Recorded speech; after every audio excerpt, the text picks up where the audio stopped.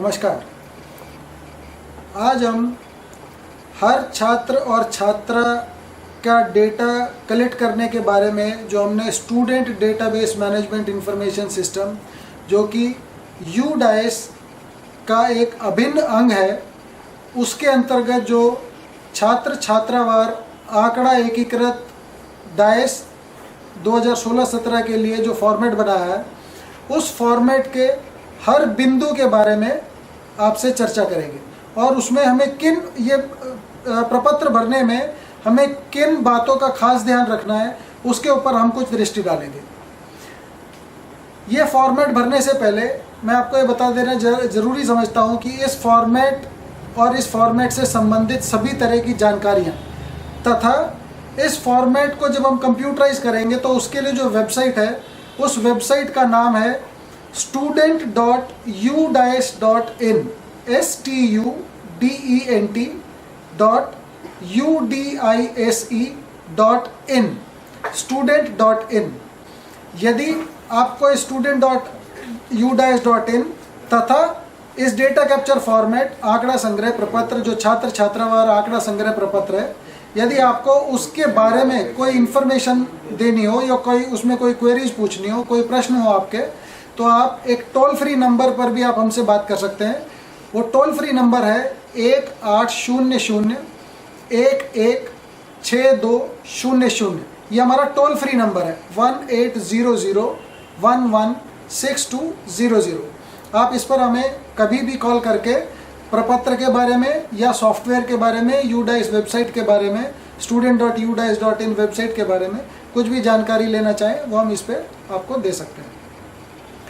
आंकड़ा संग्रह प्रपत्र जो छात्र छात्रावार आपको जो इसमें इंफॉर्मेशन देनी है, उसका सबसे पहले आप ये जान लीजिए कि ये प्रपत्र विद्यालय के प्रधानाध्यापक या प्रधानाध्यापिकाएं या जो इस विद्यालय में कार्यरत शिक्षक हैं, वो अपनी कक्षाओं के छात्र छात्राओं की इंफॉर्मेशन ही इस डेटा कैप्चर फॉर्मेट में देंगे, इस प्रपत्र में देंगे।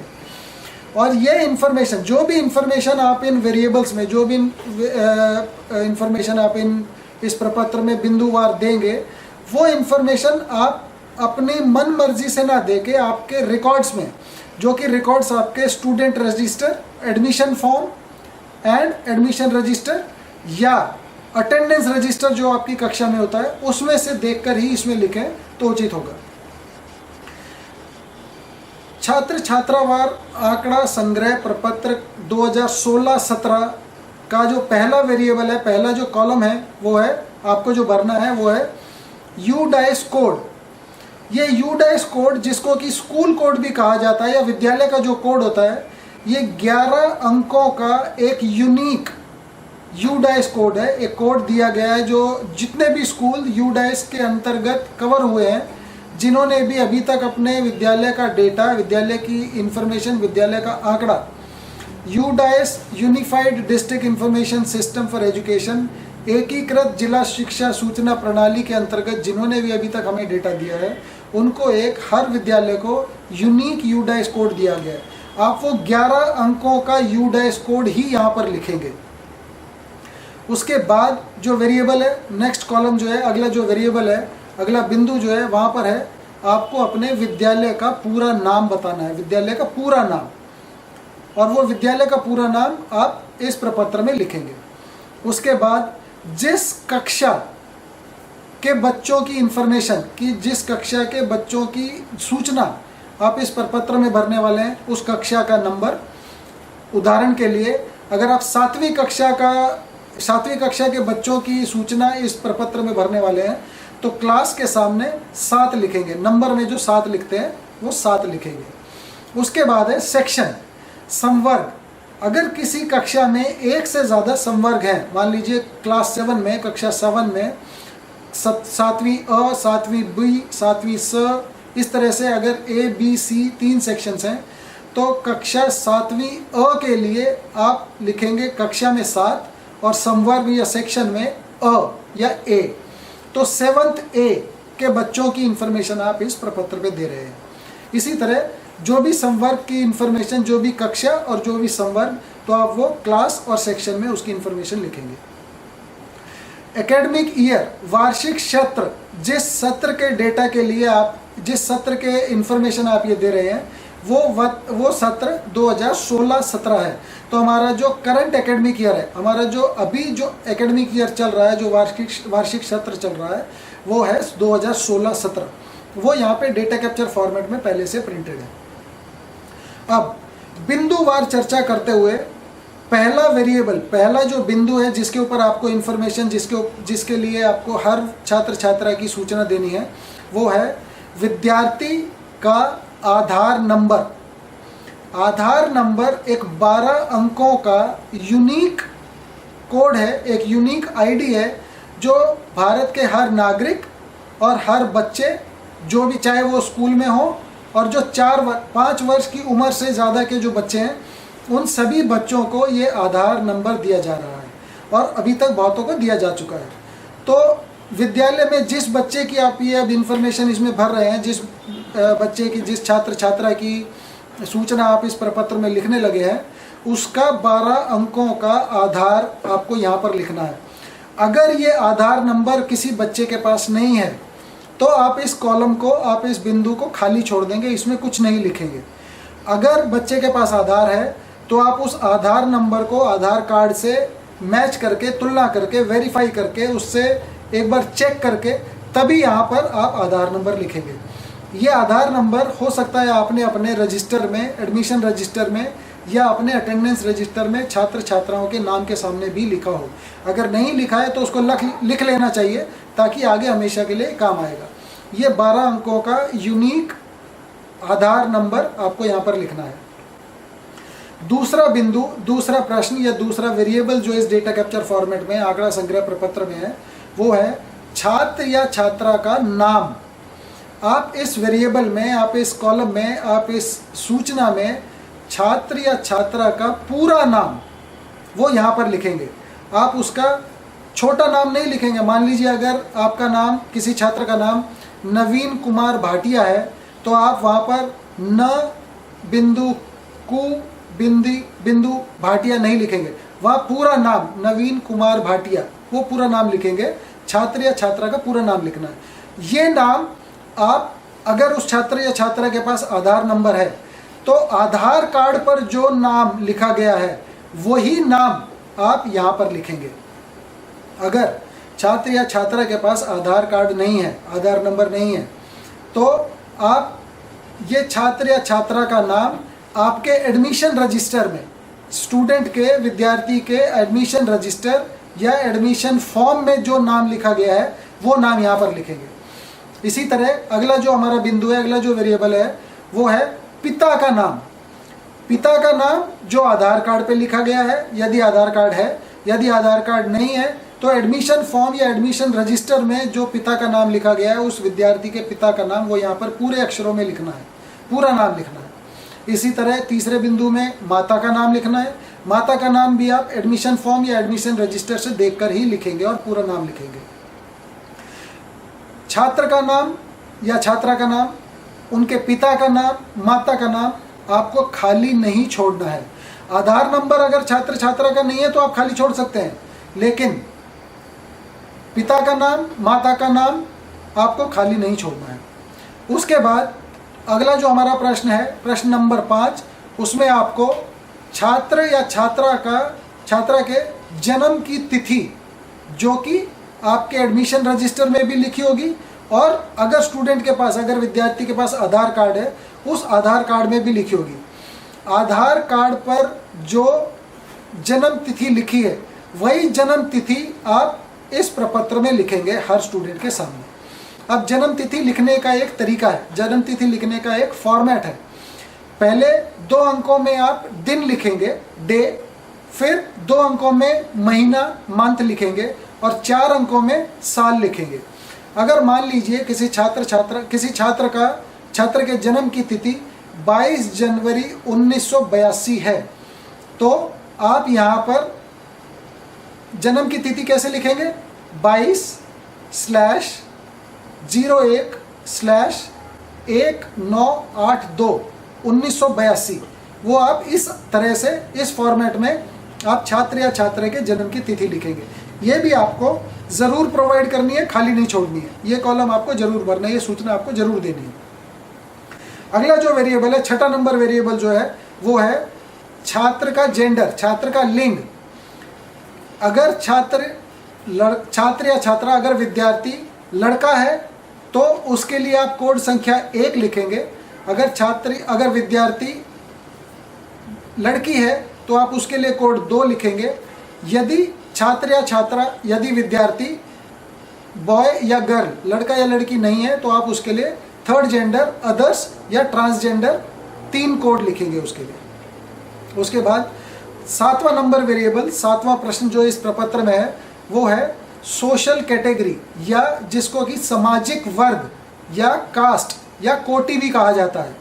तो आप उसमें जो हमारे पास, हमने इसमें प्रपत्र में जो 4 ऑप्शंस दिए हैं, जनरल मतलब सामान्य जाति, उसके लिए कोड संख्या 1, अनुसूचित जाति सोशल जनरल SC मतलब शेड्यूल्ड कास्ट, उसके लिए अनुसूचित जाति के लिए कोड संख्या 2, अनुसूचित जनजाति उसके लिए कोड संख्या 3, और OBC अन्य पिछड़ा वर्ग उसके लिए कोड संख्या 4 है। यदि छात्र सामान्य कोटि का है, सामान्य वर्ग का है, सोशल कैटेगरी उसकी जनरल है, तो आप उसके लिए कोड 1 लिखेंगे। यदि छात्र अनुसूचित जाति का है तो उसके लिए कोड संख्या 2 लिखेंगे। यदि छात्र या छात्रा अनुसूचित जनजाति का है, शेड्यूल्ड ट्राइब है, तो उसके लिए कोड संख्या 3। यदि छात्र या छात्रा, यदि विद्यार्थी, छात्र या छात्रा ब्रेक कर दो भाई।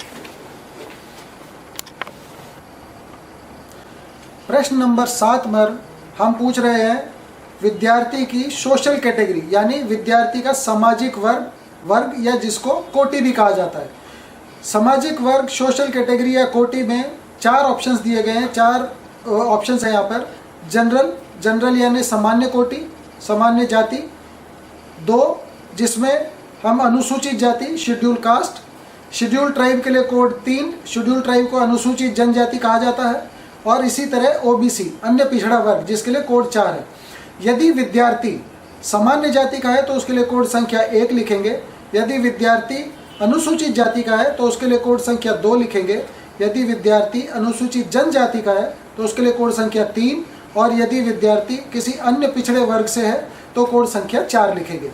इसके बाद प्रश्न नंबर 8 में हम विद्यार्थी के धर्म के बारे में पूछ रहे हैं। विद्यार्थी का धर्म या रिलीजन, अगर विद्यार्थी हिंदू है तो उसके लिए कोड संख्या 0, यदि विद्यार्थी मुस्लिम है तो कोड संख्या 5। इसी तरह विद्यार्थी की जो धर्म की जो वेरिएबल्स हमने दिए गए हैं, धर्म की जो ऑप्शंस हमने दिए हैं, उसमें हिंदू, मुस्लिम, क्रिश्चियन, सिख, ईसाई, पारसी, बुद्धिस्ट, जैन और इन सब के अलावा एक अन्य के लिए कोड संख्या 11 है। प्रश्न नंबर 9 में हम पूछ रहे हैं विद्यार्थी की मातृभाषा, विद्यार्थी की mother tongue of the student, विद्यार्थी की मातृभाषा। मातृभाषा के लिए जो आपके प्रपत्र में डिस्क्रिप्शन में जो वेरिएबल्स दिए गए हैं, जो ऑप्शंस दिए गए हैं, उनमें से विद्यार्थी की मातृभाषा, विद्यार्थी की जो मातृभाषा है वो आपको कोड यहाँ पर लिखना है। प्रश्न नंबर 10 में, वेरिएबल नंबर 10 में जो प्रपत्र है, उस प्रपत्र में हमने पूछा है विद्यार्थी किस हैबिटेशन या किस गांव, किस टोला, किस मोहल्ले में रहता है। अगर विद्यार्थी किसी रूरल एरिया में रहता है, ग्रामीण क्षेत्र में रहता है, तो उस गांव के टोले का नाम, मोहल्ले का नाम या उस गांव के हैबिटेशन का नाम। अगर विद्यार्थी किसी अर्बन एरिया में रहता है तो कॉलोनी का नाम, लोकेलिटी का नाम। विद्यार्थी जिस कॉलोनी या गांव या टोले या मोहल्ले में रहता है, गांव के मोहल्ले में रहता है, उस एरिया का नाम लिखना है। यहाँ पर आप उसे पूरे शब्दों में लिखेंगे। 11वां जो प्रश्न है, 11वां जो अंक है हमारे प्रपत्र में, छात्र छात्रावार जो प्रपत्र आप भर रहे हैं, उसमें 11वां प्रश्न है विद्यार्थी की डेट ऑफ एडमिशन, किस तिथि को उसने इस विद्यालय में, जिस विद्यालय में अभी आप ये फॉर्म भर रहे हैं, जिस विद्यालय में छात्र या छात्राएं जो पढ़ रहे हैं, वो छात्र या छात्रा ने विद्यालय में एडमिशन किस डेट को लिया था, जिस तिथि को एडमिशन लिया था, विद्यालय में नामांकन उस छात्र या छात्रा का किस तिथि को हुआ था, वो तिथि आपको यहाँ लिखनी है। ये तिथि आपको अपने विद्यालय के एडमिशन रजिस्टर, उस स्टूडेंट के जो एडमिशन रजिस्टर या एडमिशन फॉर्म से मिल जाएगी। आप वहाँ से देखकर ही इसको लिखें। और विद्यालय में नामांकन की उस छात्र या छात्रा के नामांकन की तिथि लिखने का फॉर्मेट, लिखने का तरीका वही है। पहले आप 2 अंकों की डेट लिखेंगे, फिर 2 अंकों का महीना और फिर 4 अंकों में उसका साल। 12वें नंबर प्रश्न पर हम पूछ रहे हैं एडमिशन नंबर, नामांकन का नंबर। विद्यालय में नामांकन संख्या, जो एक छात्र या छात्रा को जब वो नामांकित होता है तो छात्र या छात्रा को जो नामांकन संख्या दी जाती है वो एडमिशन नंबर, वो भी आपको एडमिशन फॉर्म या एडमिशन रजिस्टर से ही मिलेगा, वो आपको यहाँ पर लिखनी है। ये बिंदु भी आप खाली नहीं छोड़ सकते हैं, ये आपको, ये वाली सारी सूचना आपको भरनी ही भरनी है हर छात्र या छात्रा के लिए। उसके बाद 13वें नंबर पर 13वें प्रश्न में हम पूछ रहे हैं क्या छात्र या छात्रा, क्या विद्यार्थी गरीबी रेखा के नीचे के वर्ग से है। अर्थात क्या छात्र या छात्रा का पिता या उसकी माता गरीबी रेखा के नीचे जो वर्ग होता है, बिलो पॉवर्टी लाइन, BPL वर्ग, क्या उस वर्ग से हैं। यदि छात्र या छात्रा, यदि विद्यार्थी के माता पिता गरीबी रेखा के वर्ग के नीचे हैं तो आप यहाँ पर कोड संख्या 1 यस, हाँ के लिए 1 लिखेंगे और ना के लिए 2 लिखेंगे। 14वें नंबर में हम पूछ रहे हैं क्या ये जो विद्यार्थी है, ये विद्यार्थी अभिवंचित वर्ग समूह से है। अभिवंचित वर्ग क्या होता है? अभिवंचित वर्ग सोशली डिप्राइव्ड या डिसएडवांटेज ग्रुप को कहा जाता है। ये राष्ट्रीय स्तर पर, राष्ट्रीय लेवल से या नेशनल लेवल से ये वर्ग नहीं क्रिएट किए जाते हैं, नहीं बनाए जाते हैं। हर स्टेट, हर राज्य अपने राज्य में अभिवंचित ग्रुप की डिक्लेरेशन करता है और ये डिक्लेरेशन वो गजट के थ्रू, गजट के माध्यम से अपने राज्य में अभिवंचित ग्रुप बनाते हैं। जैसे सोशली डिप्राइव्ड ग्रुप होते हैं, जैसे अनुसूचित जाति के कुछ ग्रुप होते हैं या अनुसूचित जनजाति के कुछ ग्रुप्स होते हैं, वर्ग होते हैं। तो यदि छात्र या छात्रा, यदि विद्यार्थी के माता पिता, यदि विद्यार्थी के परिवारजन, यदि विद्यार्थी का परिवार अभिवंचित ग्रुप, अभिवंचित वर्ग समूह से है तो आप यहाँ पर कोड संख्या 1 हाँ के लिए लिखेंगे, अन्यथा कोड संख्या 2 नहीं के लिए लिखेंगे। प्रश्न नंबर 15 बहुत ही महत्वपूर्ण प्रश्न है और ये महत्वपूर्ण जो प्रश्न है, ये प्रश्न केवल प्राइवेट स्कूलों के लिए, केवल जो गैर सरकारी स्कूल होते हैं, सिर्फ उन्हीं स्कूलों के लिए एप्लीकेबल है, उन्हीं स्कूलों के लिए मान्यता है। जो गैर मान्यता प्राप्त स्कूल्स होते हैं उनके लिए नहीं, सरकारी स्कूलों के लिए यह प्रश्न नहीं है। 15 नंबर प्रश्न है getting free education as per RTE act, मतलब क्या बच्चे को बाल शिक्षा अधिकार के अंतर्गत मुफ्त में शिक्षा प्रदान की जा रही है। क्या इस बच्चे को, जिस छात्र छात्रा की सूचना आप यहाँ दे रहे हैं, क्या इस छात्र या छात्रा को बिना पैसा लिए, मतलब निःशुल्क शिक्षा प्रदान की जा रही है। और निःशुल्क शिक्षा प्रदान करने के लिए बाल शिक्षा अधिकार अधिनियम जो है, उस अधिनियम के तहत क्या छात्र या छात्रा को निःशुल्क शिक्षा प्रदान की जा रही है। यदि हाँ तो उसके लिए कोड संख्या 1, यदि नहीं तो उसके लिए कोड संख्या 2 लिखेंगे। प्रश्न नंबर 16 में हम पूछ रहे हैं विद्यार्थी इस सत्र में कौन सी कक्षा में पढ़ रहा है। यदि विद्यार्थी पहली कक्षा का छात्र है तो आप कोड संख्या 1 लिखेंगे। यदि विद्यार्थी कक्षा 7वीं का छात्र है तो आप कोड संख्या 7 लिखेंगे। यदि विद्यार्थी 11वीं कक्षा का छात्र है तो आप कोड संख्या 11 लिखेंगे। यदि विद्यार्थी पूर्व प्राथमिक, प्री प्राइमरी, जो पहली से कम होता है, यदि विद्यार्थी पूर्व प्राथमिक कक्षा का छात्र है तो आप कोड संख्या 0 लिखेंगे, 0 लिखेंगे। कोड संख्या प्रश्न संख्या 17 में हम पूछ रहे हैं विद्यार्थी ने पिछले साल कौन सी कक्षा पढ़ी है। मतलब विद्यार्थी पिछले वर्ष, पिछले शैक्षणिक सत्र में विद्यार्थी कौन सी कक्षा में था। यदि विद्यार्थी इस साल 3री कक्षा में है और पिछले साल अगर वो 2री कक्षा में था तो आप प्रश्न नंबर 17 में आप 2 लिखेंगे, कोड संख्या 2 लिखेंगे।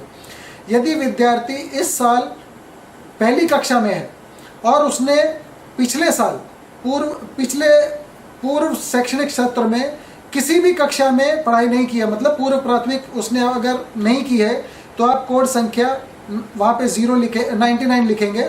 अगर पूर्व प्राथमिक में पढ़ी है, पूर्व प्राथमिक उसने किया है, तो 17 नंबर प्रश्न में आप कोड संख्या 0 लिखेंगे। और 18 नंबर में यदि 16 नंबर में आप लिखते हैं, 16 नंबर प्रश्न में आप लिखते हैं कि विद्यार्थी कक्षा 1 का छात्र है इस साल, इस शैक्षणिक सत्र में अगर विद्यार्थी कक्षा 1 का छात्र या छात्रा है, तो 18 नंबर प्रश्न में आप बताएंगे कि उसने पूर्व प्राथमिक, और अगर आप पहली कक्षा आप 16 नंबर में बताते हैं कि विद्यार्थी पहली कक्षा का छात्र है। 17 नंबर में आप बताते हैं कि विद्यार्थी ने पिछले वर्ष पूर्व प्राथमिक का छात्र था, छात्र या छात्रा थी। तो 18 नंबर में आप बताएंगे कि उसने पूर्व प्राथमिक इसी विद्यालय से की है या किसी दूसरे विद्यालय से की है, या वो आंगनवाड़ी का छात्र था, छात्र या छात्रा थी, या किसी भी संस्था से, किसी भी स्कूल से, किसी भी विद्यालय से, किसी भी शैक्षणिक संस्थान से ना उसने पूर्व प्राथमिक नहीं की है, तो आप कोड संख्या 4 लिखेंगे। प्रश्न नंबर 19 में आप बताएंगे कि बच्चा विद्यार्थी पिछले वर्ष कितने दिन, पूरे वर्ष में, गत शैक्षणिक वर्ष में पिछले वर्ष में कितने दिन उसने विद्यालय में उपस्थित रहा है, वो छात्र या छात्रा। इसका मतलब है कि उसकी अटेंडेंस, नंबर ऑफ डेज, उस बच्चे ने पिछले वर्ष कितने दिन विद्यालय में वो बच्चा उपस्थित रहा है। तो वो टोटल नंबर ऑफ डेज बताएंगे, पूरे दिन बताएंगे कि कितने दिन, उस पूरे वर्ष में कितने दिन वो बच्चा विद्यालय में उपस्थित रहा है। ये इंफॉर्मेशन, ये सूचना आपको अटेंडेंस रजिस्टर जो होते हैं उसमें से मिलेगी। 20 नंबर प्रश्न में हम मीडियम ऑफ इंस्ट्रक्शन, पढ़ाई का माध्यम, बच्चा किस माध्यम में पढ़ाई करता है। हिंदी माध्यम में अगर बच्चा पढ़ाई करता है तो उसके लिए कोड संख्या 4 है। अंग्रेजी माध्यम में अगर बच्चा पढ़ाई करता है, जो उसकी पुस्तकें हैं, पाठ्य पुस्तकें अगर उसको अंग्रेजी में प्रदान की गई हैं और वो बच्चा अंग्रेजी में ही अपने सब्जेक्ट्स को, अपने विषयों को पढ़ता है, वो उसके विषय का माध्यम है, शिक्षण का माध्यम है, तो अगर अंग्रेजी में है तो 19 नंबर। अन्यथा जो लिस्ट आपको डेटा कैप्चर फॉर्मेट में आंकड़ा संग्रह प्रपत्र में जो लिस्ट दी गई है उसमें कोड देखकर आप यहाँ पर उसका शिक्षण का माध्यम लिखेंगे। 21 नंबर प्रश्न में बच्चे में यदि किसी प्रकार का विकलांगता है, डिसेबिलिटी, किसी भी प्रकार की डिसेबिलिटी है, किसी भी प्रकार की विकलांगता है, तो वो विकलांगता का प्रकार लिखेंगे। कोड दिए गए हैं आपके प्रपत्र में, आप वहां से देखकर लिखेंगे। यदि बच्चे में किसी भी प्रकार की विकलांगता नहीं है तो आप कोड संख्या 0 लिखेंगे, 0 लिखेंगे। यदि 21 नंबर में आप लिखते हैं कि विद्यार्थी में किसी प्रकार की विकलांगता है, छात्र किसी प्रकार से विकलांग, छात्र या छात्रा किसी प्रकार से विकलांग है, मान लीजिए मानसिक रूप से विकलांग है, या चलने फिरने में असमर्थ है, या बोलने में असमर्थ है, या उसको सुनाई देने में कुछ असमर्थता है, तो 22 नंबर में आप बताएंगे, 22 नंबर प्रश्न में आप बताएंगे कि क्या विद्यार्थी को, विशेष आवश्यकता वाले जो विद्यार्थी होते हैं, जो डिसेबिलिटी या अन्य प्रकार के कुछ स्पेशल चिल्ड्रंस होते हैं, क्या उन बच्चों को, इस बच्चे को क्या कोई फैसिलिटी, क्या कोई कोई सहायता प्रदान की गई है, क्या कोई फैसिलिटी प्रदान की गई है जो ऐसे स्पेशल बच्चों को प्रदान की जाती है। प्रश्न नंबर 23 के 6 पार्ट हैं, 6 विभाग हैं उसके, 23 A B C D E F। आप यहाँ पर एक बात ध्यान से देख लीजिए कि ये जो 23 नंबर प्रश्न है ये सिर्फ सरकारी स्कूल्स, सरकारी विद्यालयों या सहायता प्राप्त सरकारी विद्यालयों के लिए ही एप्लीकेबल है। ये जो 23 A B C D E F है, ये इंफॉर्मेशन, ये सूचना सिर्फ सरकारी विद्यालय या सरकारी सहायता प्राप्त विद्यालय ही प्रदान करेंगे। आप प्राइवेट स्कूल्स में ज़रूरी नहीं है ये वाली इंफॉर्मेशन प्रोवाइड करनी। यहाँ पर आप इसमें पहले देखेंगे, पहला जो प्रश्न है 23 A, उसमें है क्या बच्चों को निःशुल्क पोशाकों की पूरी सेट दी गई है, यदि नहीं तो यदि लागू नहीं है तो 0। यदि एक सेट, पूरी पोशाक का एक सेट दिया गया है तो कोड संख्या 1।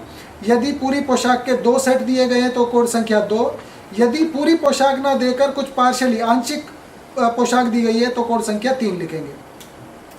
23B में क्या बच्चे को पाठ्य पुस्तकों का पूरा सेट, निःशुल्क पाठ्य पुस्तकों का पूरा सेट दिया गया है? यदि हाँ तो आप कोड संख्या 1 लिखेंगे, यदि नहीं तो कोड संख्या 2 लिखेंगे। क्या, और तीसरे में 23C में क्या विद्यालय के द्वारा छात्र या छात्रा को, इस छात्र या छात्रा को निःशुल्क वाहन की सुविधा दी गई है? यदि हाँ तो कोड संख्या 1, यदि नहीं तो कोड संख्या 2। अब विशेष आवश्यकता वाले जो बच्चे होते हैं उनको क्या विद्यालय ने निःशुल्क एस्कॉर्ट की फैसिलिटी दी है? निःशुल्क एस्कॉर्ट की फैसिलिटी विशेष आवश्यकता वाले बच्चों को ही दी जाती है ज़्यादातर। तो क्या उन बच्चों को, क्या इस बच्चे को वो निःशुल्क एस्कॉर्ट की फैसिलिटी दी गई है? यदि हाँ तो कोड संख्या 1, यदि नहीं तो कोड संख्या 2 लिखेंगे। 23E में क्या बच्चे को मध्याह्न भोजन प्रदान किया जाता है, मिड डे मील प्रोवाइड की जाती है? यदि हाँ तो कोड संख्या 1, यदि नहीं तो कोड संख्या 2 लिखेंगे। 23F में आप बताएंगे कि यदि ये विद्यार्थी हॉस्टल फैसिलिटी, निःशुल्क हॉस्टल फैसिलिटी अगर इस बच्चे को प्रदान की गई है तो किस तरह के हॉस्टल की फैसिलिटी? क्या ये आवासीय हॉस्टल है, या सरकारी निःशुल्क आवासीय हॉस्टल है, या गैर सरकारी आवासीय हॉस्टल है? किस तरह का हॉस्टल है, या क्या ये कन्या हॉस्टल है, गर्ल्स हॉस्टल है? तो आप उसके उचित कोड लिखेंगे। प्रश्न नंबर 24 में हम पूछ रहे हैं क्या विद्यालय में इस बच्चे को एज एप्रोप्रिएट, आयु के अनुसार जब कक्षा में इस बच्चे को भर्ती किया गया तो क्या इस बच्चे को कोई विशेष प्रशिक्षण दिया गया है, स्पेशल ट्रेनिंग दी गई है? यदि हाँ तो उसमें किस तरह की ट्रेनिंग दी गई है, किस तरह की स्पेशल ट्रेनिंग, किस तरह का विशेष प्रशिक्षण? क्या यह आवासीय प्रशिक्षण था, क्या यह गैर आवासीय प्रशिक्षण था? तो उनके उचित कोड यहाँ पर दिए गए हैं, आप उनमें से देखकर एक कोड लिखेंगे।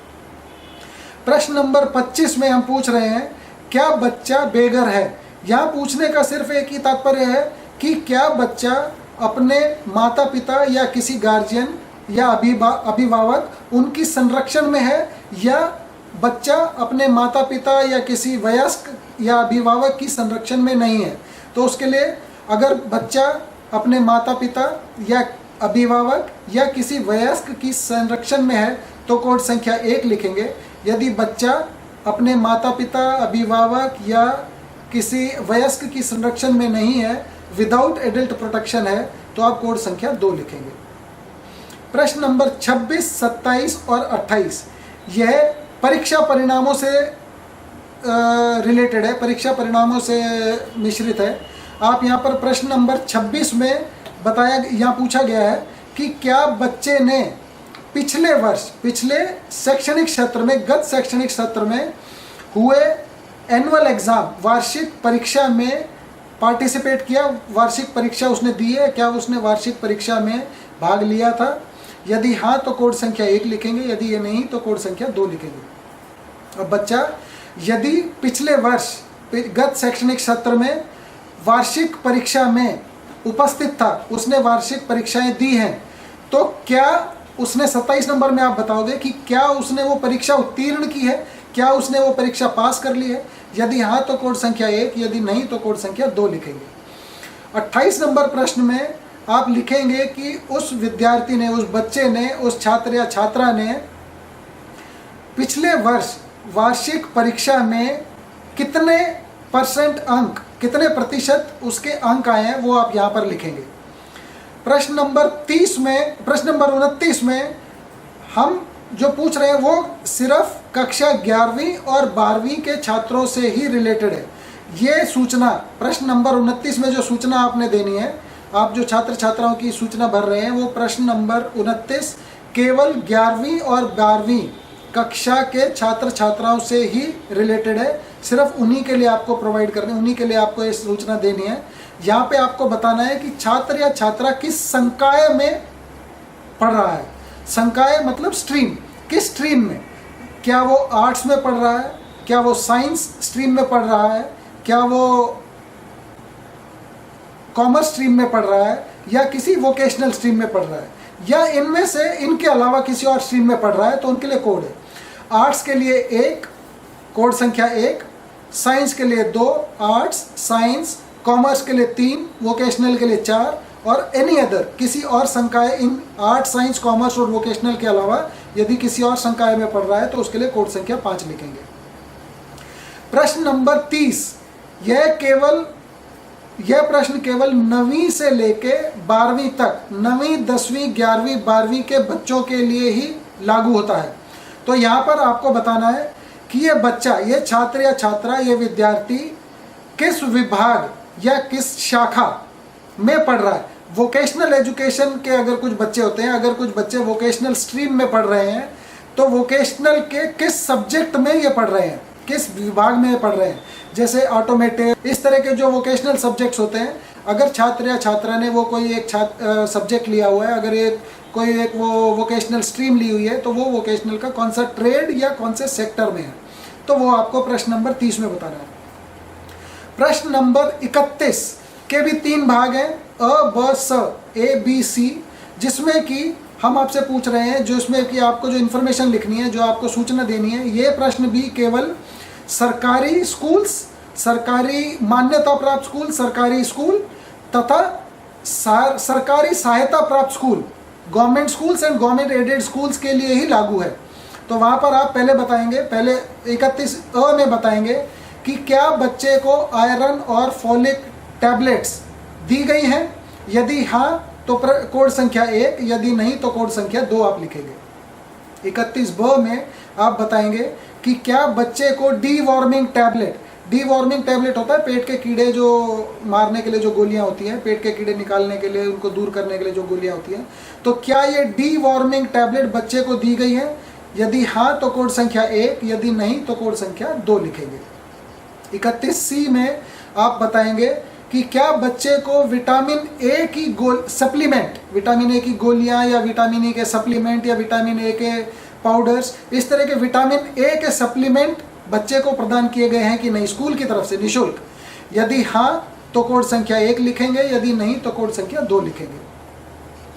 32 नंबर जो प्रश्न है वो आपको बहुत ध्यान से और रिकॉर्ड्स में से चेक करके उचित संख्या लिखनी है। 32 नंबर प्रश्न है, बच्चे का अकाउंट नंबर, बच्चे का बैंक अकाउंट नंबर, बच्चे का खाता है, बच्चे का जो अकाउंट नंबर है जिसमें कि बच्चे की कोई भी अगर उसको सरकार की तरफ से कोई सहायता राशि के रूप में प्रदान की जाती है तो उस अकाउंट में बच्चे के वो राशि ट्रांसफ़र की जा सके सरकार की तरफ से, उसके लिए ये बैंक अकाउंट नंबर चाहिए। तो बच्चे का बैंक अकाउंट नंबर आप 32 नंबर प्रश्न में बताएंगे। और प्रश्न नंबर 33 में आप उस बैंक के ब्रांच का IFSC code, Indian financial system code, 11 अंकों का ये कोड होता है और ये कोड अल्फा न्यूमेरिक, जिसमें कि अक्षर और डिजिट अंक ये दोनों होते हैं, जिसमें पहले 4 अक्षर होते हैं, अल्फ़ाबेट होते हैं, और उसके बाद 7 अंकों का एक डिजिट होता है, 7 अंकों का एक नंबर होता है। ये IFSC कोड जो होता है हर बैंक के हर ब्रांच का, जो भी कंप्यूटराइज्ड बैंक है उन बैंकों के हर ब्रांच का एक 11 अंकों का कोड है जिसको IFSC कोड कहा जाता है। ये कोड आपको यहाँ पर लिखना है।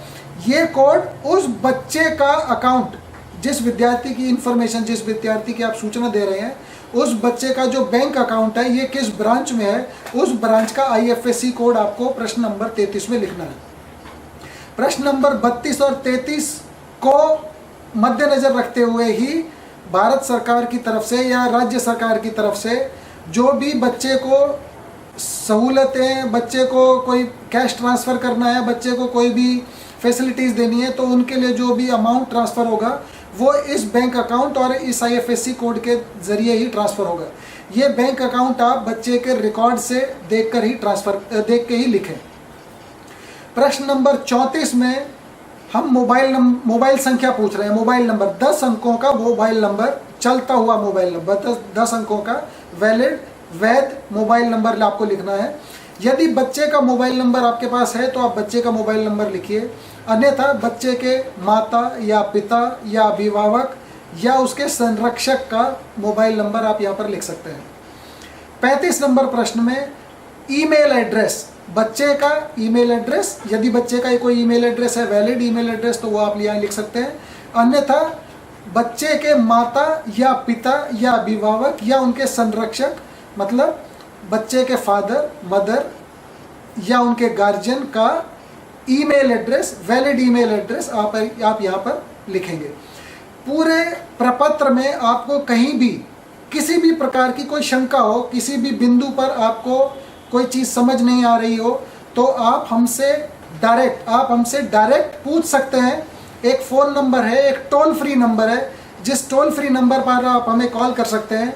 हम हमेशा आपके प्रश्नों का जवाब देने के लिए, हम आपके प्रश्नों की सॉल्यूशन के लिए, हम आपकी जितनी भी शंकाएं होगी उनको दूर करने के लिए हमारा जो टोल फ्री नंबर है, वो टोल फ्री नंबर पे आप हमेशा हमसे बात कर सकते हैं। हमारा टोल फ्री नंबर है 1800-116200।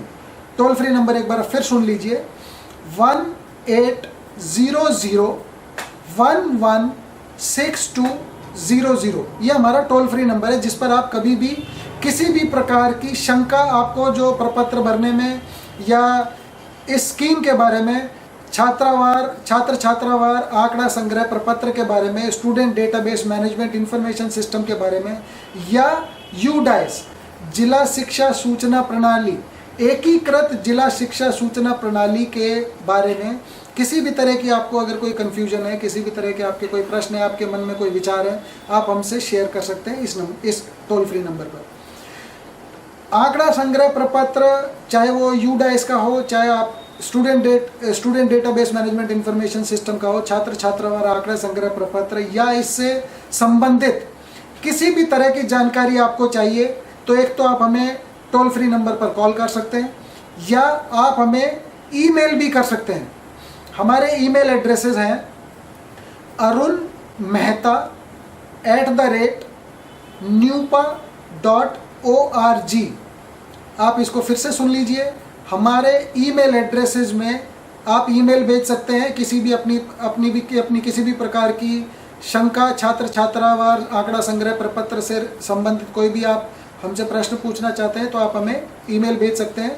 हमारा ईमेल एड्रेस है arunmehta ARUNMEHTA@nuepa.org, arunmehta@nupa.org, या